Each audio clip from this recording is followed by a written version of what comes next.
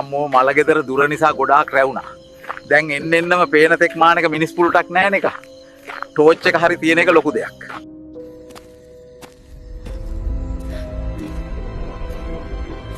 දුවේ මෙතන මොකද කරන්නේ මේ මහ රැව්?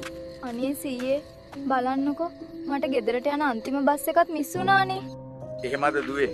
මේක තනිපාංගලව ඉන්න හොඳ තැන නෙවෙයි.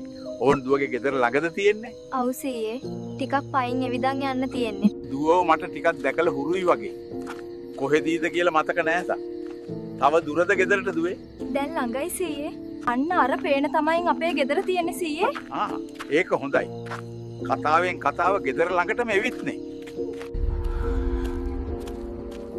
මේක තමයි මගේ ගෙදර. උඹට මාව දැන් මතකද බොල? මේ අර සිරිපාලගේ මැරුණු දුව නේද? ඉතිපිසෝ අරහම් භගවා සම්මා සම්බුද්ධ